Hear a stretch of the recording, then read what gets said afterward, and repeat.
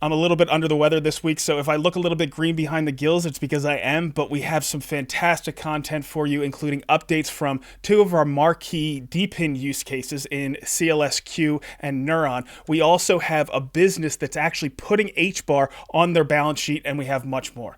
Welcome back. I'm Brandon, the HBAR Bull, here once again to bring you the latest in the Hedera ecosystem. But, as always, none of this is financial advice. Use it for entertainment or educational purposes only.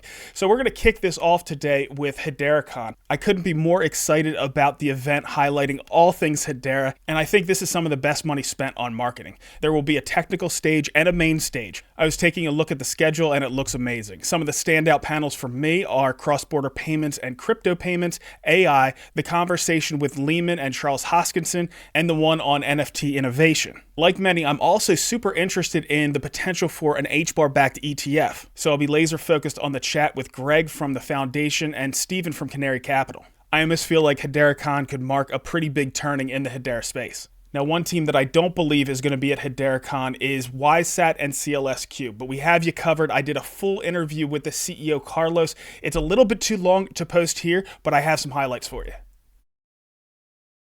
You've already talked about the one kind of launch, actually putting your satellites into space. You have another kind of launch that's going to be coming up. You've already talked a bit about your Seal coin. Can you give us some more details around that, when we can expect it, how exactly it's going to be used in transactional Internet of Things, and so on? So Seal coin is very advanced. As you know, Seal coin is a joint venture between Hedera and WiseKey. So we are working with Hedera engineers together with ours. We fully deployed the tokenomics, which was more the important part.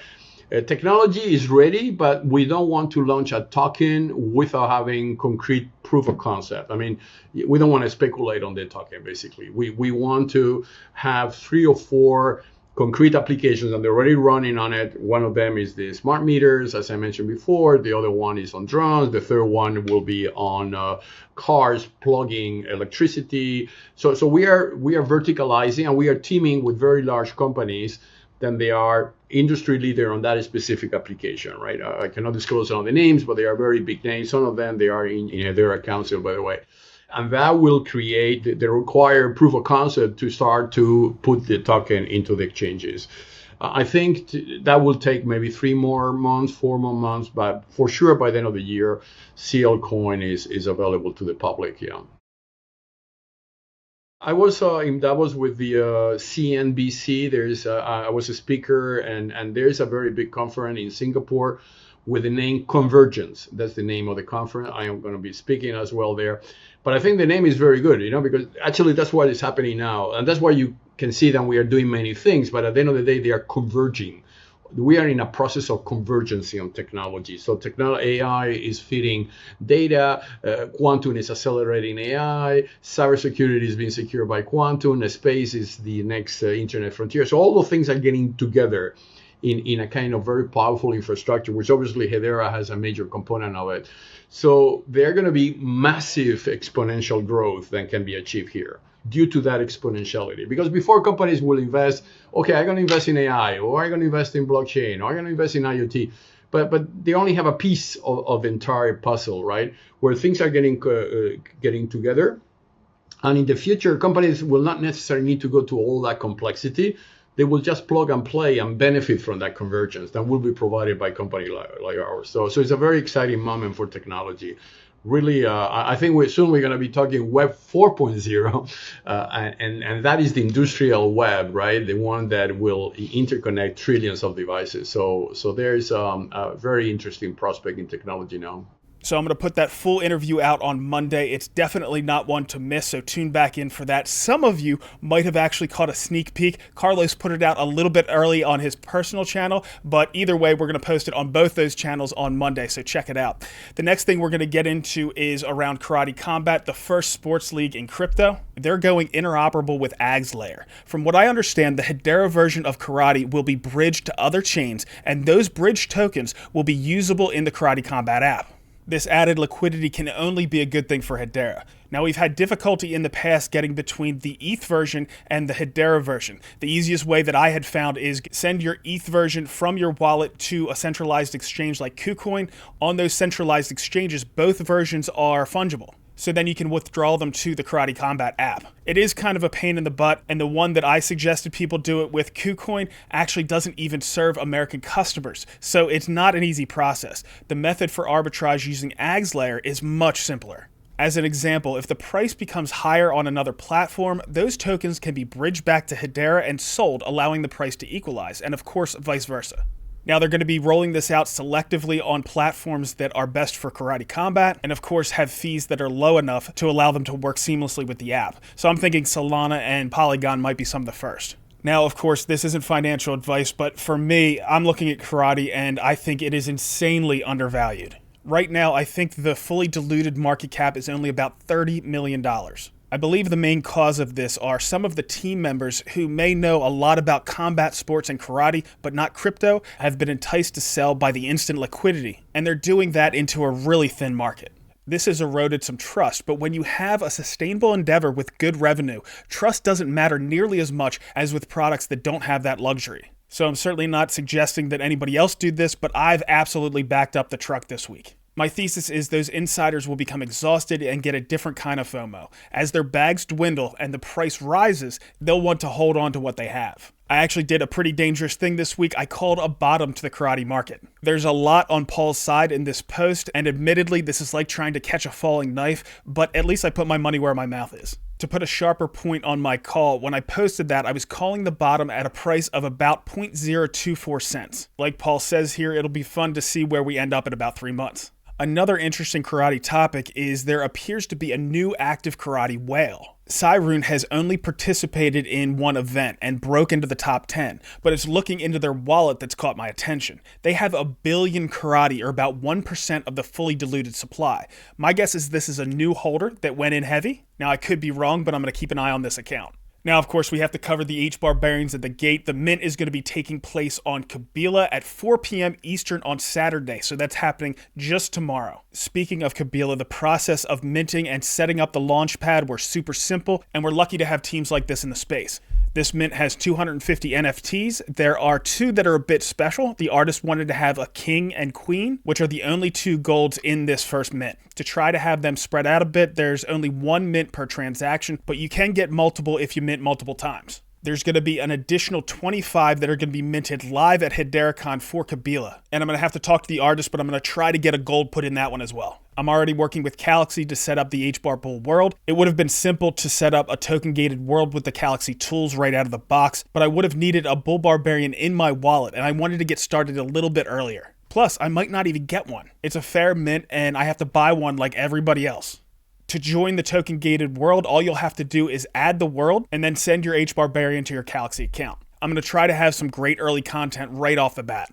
This whole process with the artist, Kabila, Galaxy, and everyone else has been a blast. From the concept to nailing down the art and now the launch, it's been an amazing process. Finally, I want to give a preemptive thank you to all those that participate and support the channel. Next up, we have an interview with Noviqtech. They are under new management and a new CEO, Freddie. He has been there for a little while, but this is the first opportunity that we've had to talk to him. Freddie, welcome. It's the first time we've had you on. Absolutely. Thanks for having me. Well, it's my pleasure. So, Freddie, to start, for anybody that might be new, can you remind us what Noviqtech does and what its goals are? Absolutely. NVQ is at the forefront of delivering transparent, scalable, and sustainable solutions through blockchain technology. We specialize in leveraging DLT to provide enhanced environmental, social, and governance compliance, ESG, and flexibility across various industries. Our primary goal is to revolutionize how businesses manage and report on their environmental impact and operational integrity, making transparency not just a buzzword, but a tangible reality. We aim to empower companies to meet the stringent demands of modern sustainability standards with solutions that are both innovative and impactful. So, Freddie, we've been watching your social media, and you can't be surprised that the people that follow Hedera fairly closely are excited about what they're seeing. Can you tell us the latest? Absolutely. As you've been seeing, we've been announcing a lot of initiatives and partnerships. We've been very active in expanding our footprint in the sustainability and blockchain space with several notable developments. We'll start with we've successfully onboarded GRR through our Carbon Central platform for their sustainability initiatives. This includes tokenizing reclaimed glycol and starting the recycling of amines, which enhances transparency and trust in GRR's operation. This partnership is moving towards mainnet tokenization, aiming to align with ISCC standards, which is the International Sustainability Carbon Credit for Sustainability Declarations. Now, there's something notable I need to mention here, and the market doesn't really understand. Everybody's asking, where's the minting? You haven't minted yet. Absolutely. I need to remind the market that Carbon Central or Noviqtech is about trust and transparency. If we don't get the data accurately from the customer, we won't report it or mint it. And what we've been working on with our partner is making sure that every sensor is delivering the right information and the correct measurings. And that's why it takes time, but we are very close to minting. And I will be framing the first minted token in my office as well. So this is from the GRR perspective. Now we've got H2I Group, which recently has been announced. With H2I Group, we aim to tokenize avoided emissions from diesel engines using their hydrogen enhancement system. This system significantly reduces fuel consumption, CO2 emissions, with these reductions being tracked in real time through our Carbon Central platform and Hedera, of course. This initiative not only aids in reducing emissions, but also monetizes these reductions through carbon credits. Now, this is really exciting for us because it's very innovative technology. And for them to trust that we can meet their demand and be able to record every generator they are helping to reduce that emission is a huge honor for us. And they have enormous trust in our technology. And most importantly, they trust Hedera network because they know those tokens will be minted on the network. Finally, Evercity. I'm sure you're aware Evercity is in the Hedera community. We announced our partnership with them to enhance innovation within the global market, carbon market, of course. This partnership focuses on integrating our Carbon Central platform with Evercity solutions to explore new opportunities, particularly in emerging markets like East Africa. The aim is to improve transparency, efficiency, and accountability in the carbon market, leveraging blockchain for climate finance solutions. So this is sort of in a nutshell what's been happening in the public, but behind the scenes, I'm not able to sleep because we can't keep up. There's so much going on, so much happening, and I just can't wait to announce them to the market. Well, that's a good problem to have. So I'm Absolutely. fascinated by the intersection of Internet of Things and DLT technology. And you mentioned the sensors and gathering the correct data. Can you explain Absolutely. that a little bit further? What sensors are you using? What data are they gathering, and so forth? Certainly. So if I go back in time, we made an announcement that we went to Darwin to visit our partners to check the facility and how the operation work. Now, I want to go back to Carbon Central. In the heart of Carbon Central, we've got the digital twin that replicates the facility of our partner, how it operates step by step. From the second, well, based on the GRR, from the second they receive waste until they extract glycol out of it, which is 99.9%, all this process is linked to their facility and multiple hubs. And every hub has multiple sensors.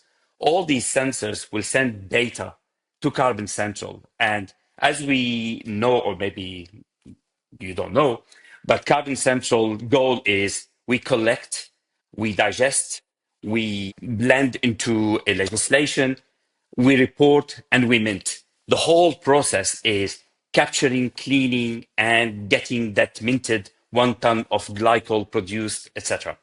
All of this happens because of these sensors connecting to our platform, and our platform digested, reported, and minted on the Hedera blockchain.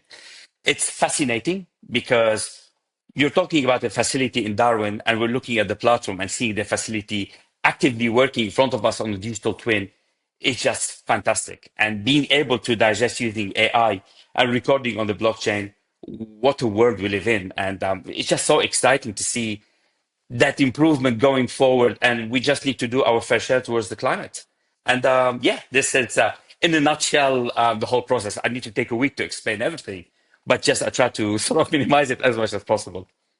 Oh, I love to hear the passion. So, I mean, when we first got involved with Hedera, we were Yep. excited we would see these use cases that maybe someday might actually come to market. And then it went to the point where we'd start to see proof of concepts and then Sure. pilots. And then eventually we want to see everything start to scale. Where are you in that process? And when you do get to scaling, what's that going to look like as far as volume and so forth?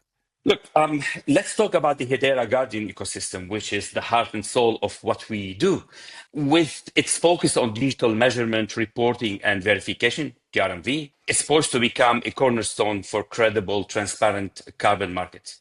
In the upcoming years, we really anticipate that it will significantly scale the validation verification of the environmental assets and making sustainability metrics more reliable and auditable.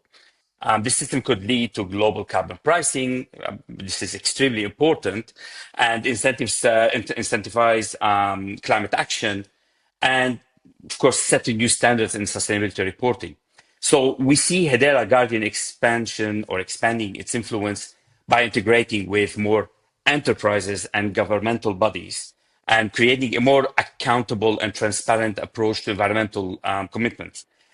But the trust that we have in Hedera will allow us to build more. So, for example, we started with Carbon Central, and soon Noviqtech will come to life, and we'll make an announcement about the features, what we're trying to achieve, and the partners that will be lining through Noviqtech. But the ecosystem of Hedera allow us to expand our reach and create more platforms and create more technology that we can leverage over that magnificent DLT and the Guardian ecosystem as well. So future is super exciting. I don't think the market knows much about Hedera. It's not about HBAR. It's not about buying the token and doing arbitrage and selling.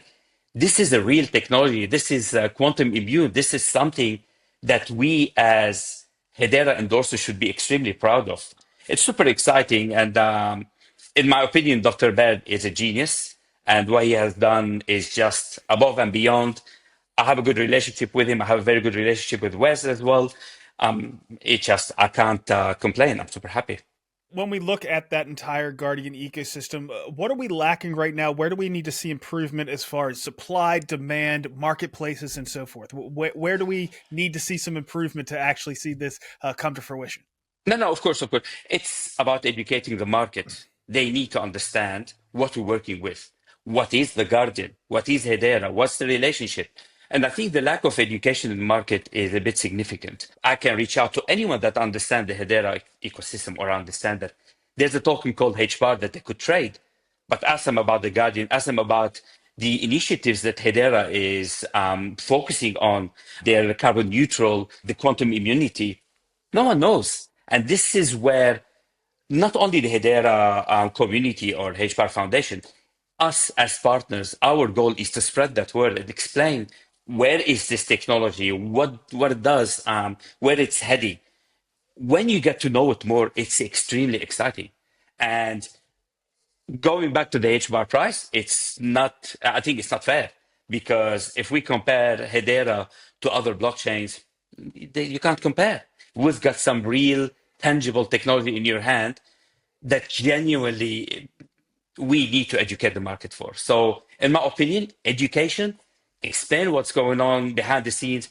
The fact that Carbon Central uses the Guardian ecosystem might help the market to understand, okay, Carbon Central collecting data, minting, and it's minted on the Guardian, but that's not enough. We need to do more. We need to explain more where we're heading.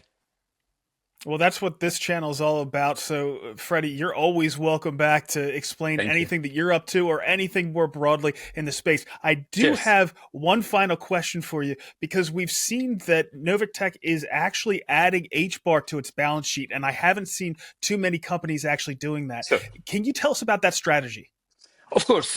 Look, holding HBAR on NVQ's balance sheet is a strategic decision, is rooted deeply in our belief in Hedera Networks technology, and its alignment with our mission to advance sustainability through blockchain.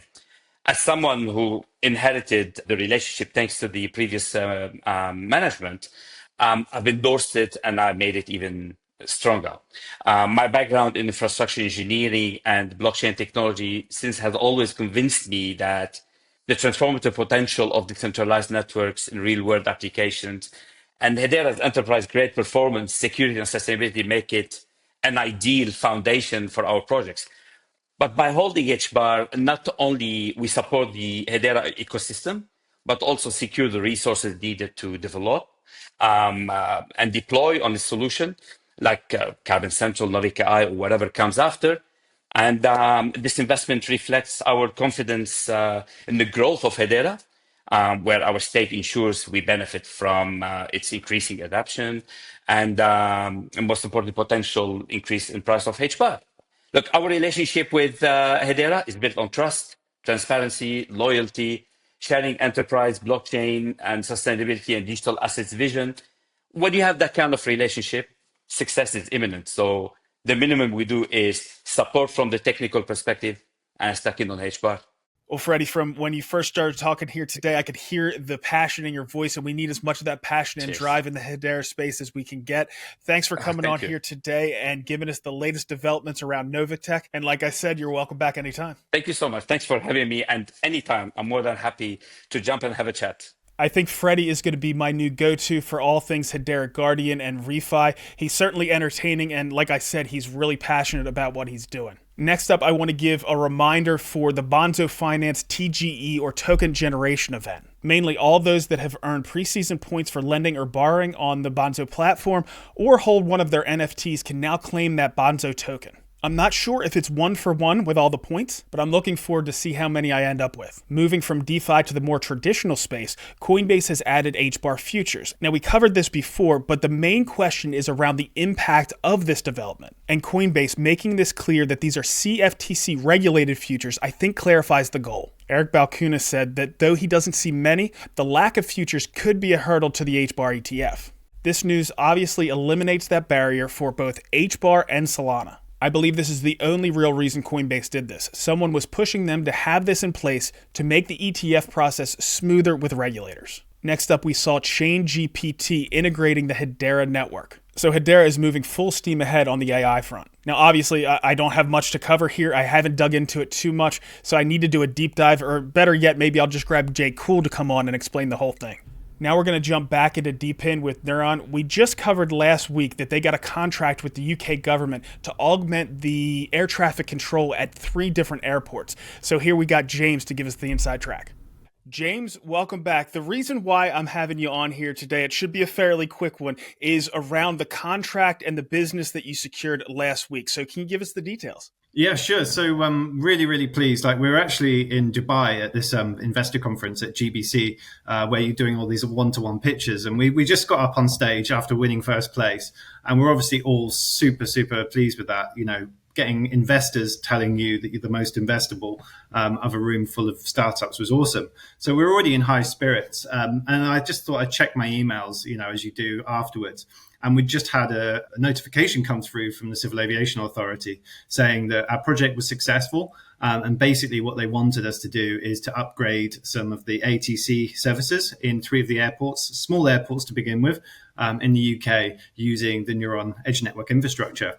So what that's doing really, one of the big problems you've got with aviation is that you've got all of these cloud-based intermediaries or data aggregators who they take all of the data from these flight tracking sensors and they aggregate it in the cloud and then they spit it out to all of their customers via APIs.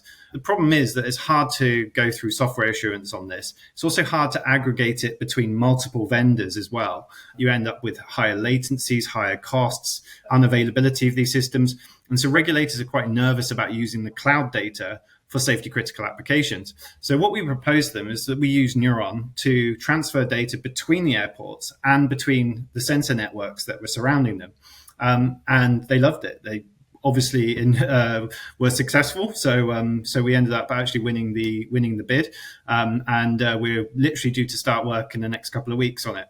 So we're working with a few smaller airports. So Land's End, who are sort of closest to the Isles of Scilly. If you look at the UK, it's sort of down to the south, very tip of the southwest of England. And there's some small islands probably about 40 kilometers offshore called the Scilly Islands.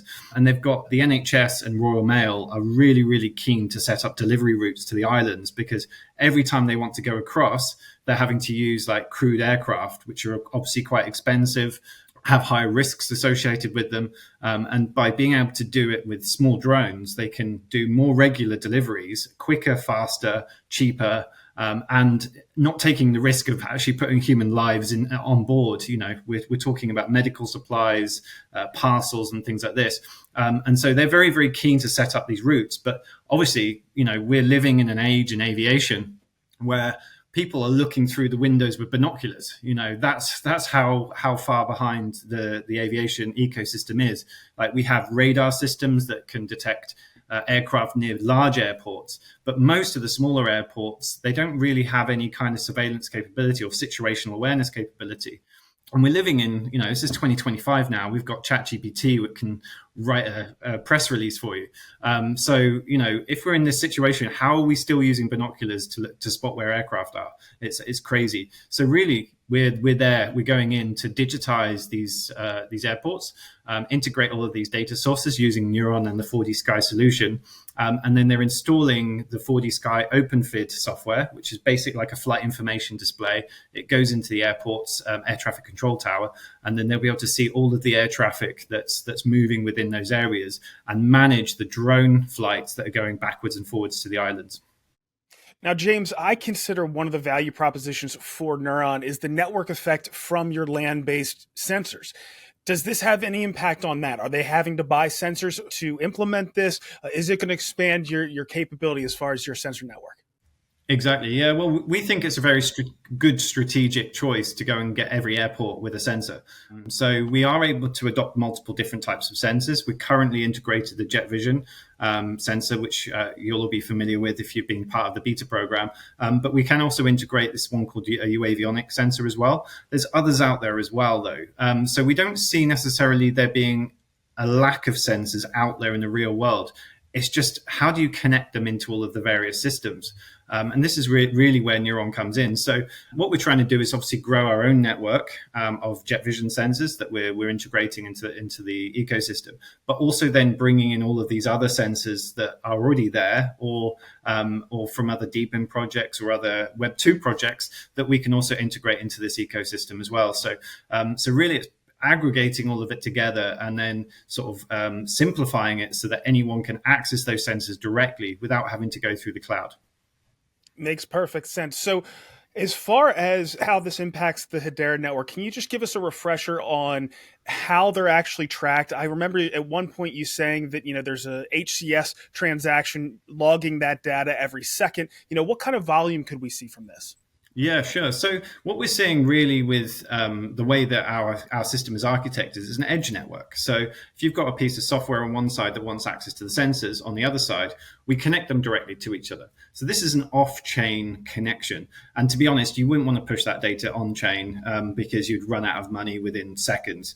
We're talking like gigabytes worth of data per day from each sensor. So if you're talking thousands of sensors, that would be way overkill. And to be honest, all it would do is slow things down, create bottlenecks, and it wouldn't be the right solution. So we go out of band with these connections. But what the Hedera network is used for is it's the orchestration of these connections, the payments, the logging, the auditing of that data, so that when someone, if there's an incident, someone can look back and say, okay, this is the data that was delivered to me, and I can prove it on chain. So that's a really big advantage. But also, how do I actually find these sensors? So it's a little bit like a telephone directory in a way. It's kind of, we have a smart contract. So when you register your sensor, it's registered into a smart contract. And that basically is your yellow pages or your telephone directory for finding sensors. So if I'm a software application, I go to the smart contract via the Neuron SDK. And that smart contract says, okay, there's a sensor here, here, here. These are the location coordinates for it. And so I can then contact those sensors and request a service from them. And so then I'm subscribed to that sensor. I pay them. And then I have the Neuron validator network to protect that transaction. So if they say turn the sensor off mid-flight, then I can get a refund for that data. Understood. So I've seen you mention when you were describing edge computing and how you're leveraging that, you mentioned Google Wing. We obviously have a partnership here with the UK government. Do you have anything else you want to pass on around partnerships? I know you have a token that you're going to be launching here for Neuron before too long. Just take it in whatever direction you'd like before I let you go. Yeah, sure. So I think regarding sort of our roadmap going forwards, like we're already working with an AI agent company. So they're building AI agents for this aviation data. So what you saw in America recently with the helicopter crash could have been easily preventable because ultimately the data was there. We can look back at that crash and we can see those aircraft heading towards each other and crashing. So it wasn't the fact that the data wasn't there. It was just nobody was looking at it at the time, or certainly the people that were looking at it weren't able to do anything about it. So really what we need to be able to do is, why have a human looking at it all the time? Obviously, you need a human there to monitor these systems. But if you can use agents to actually detect these issues and then to report them and alert them to the air traffic controllers, then everyone can be alerted to this problem or the situation coming up and actually do something about it. So this is one area we're doing. In Q3, we're planning to do our token launch. So the token will be used to basically pay validators within our network to validate transactions and keep these two parties like honest with each other. So think about a game of football. If you've got 11 players versus 11 players, if you don't have a referee on the pitch, it turns into carnage. So what we want is, you don't want too many referees, but you want enough to be able to allow the game to function and to trust both parties to play fairly. And so we're going to be launching this validator network. It's going to be available for Deepin and AI projects. So any Deepin or AI project building on the network can essentially use these validator nodes to essentially keep their use case secure. So we've got the Neuron SDK, and we're going to then be launching this token to pay those validator nodes every time a transaction is processed. So we believe that presents a really good opportunity for community members to take part, to get hold of some tokens and to stake them in order to earn some rewards in the long term. So I think that's really kind of our direction for the next 6 months. Well, James, we feel like we're on this journey with Neuron. We've been following you from the early days. A lot of people have participated in that beta program. I love to see the success that you've had both on the investor front and now on the consumer front. So congratulations on everything that you've done to this point, and thanks for coming on today and telling us about it. Nice one. Cheers, Brandon. So similar to what Carlos said, they're no longer in the proof of concept phase or the pilot phase. They're out there actively trying to get customers, and that's exactly what we want to see. For all the Hedera builders out there, there is a new initiative from Thrive. From what I understand, builders can get up to 180,000 HBAR, so that'll certainly help a lot of the teams out there. And I did ask around. From what I understand, this contract isn't new. It rolls into the contract they had last summer that was more focused on retail, education, and learning. All right, I am dragging here a little bit, so we're going to skip network analysis this week, and we're going to jump right into the HBAR market. So on Friday, the markets were risk off on fears of souring consumer sentiment and inflation fears. Honestly, sometimes the markets just want to go down. This hits stocks and, of course, crypto. Bitcoin is down 3% in the past week and 3.5% in the past 24 hours. HBAR is holding pretty steady on the CoinMarketCap list at number 19. It's down 11% on the week and 6.5% on the day to 20.7 cents. We're edging towards the lower side of the new lower range that we've been in for the past couple weeks. On the brighter side, this could be a higher low, but we have to hold above 19.5 cents for that to be the case. For things to get more constructive, we need to move above 26.5 cents in a strong way. So for next week, as I mentioned, we have that full interview with Carlos from SealSQ and YSAT. We also have one that's ready to go for Mingo. It's some pretty big news, but we can't discuss it quite yet. They haven't nailed everything down, but when they do, we're going to get that out as soon as possible. I'm not sure when that's going to be, maybe Tuesday, Wednesday, someplace in that ballpark. Of course, I'm also going to be at HederaCon. We're going to do that live in-person Shark Bites, so if you have any questions for Rob, go ahead and drop those down below. We're also going to be doing just general interviews of whatever. So if you have any questions for anybody that's going to be there, let me know and I'll try to do a live interview and we'll post it next week. That's all we have. We'll see you next week.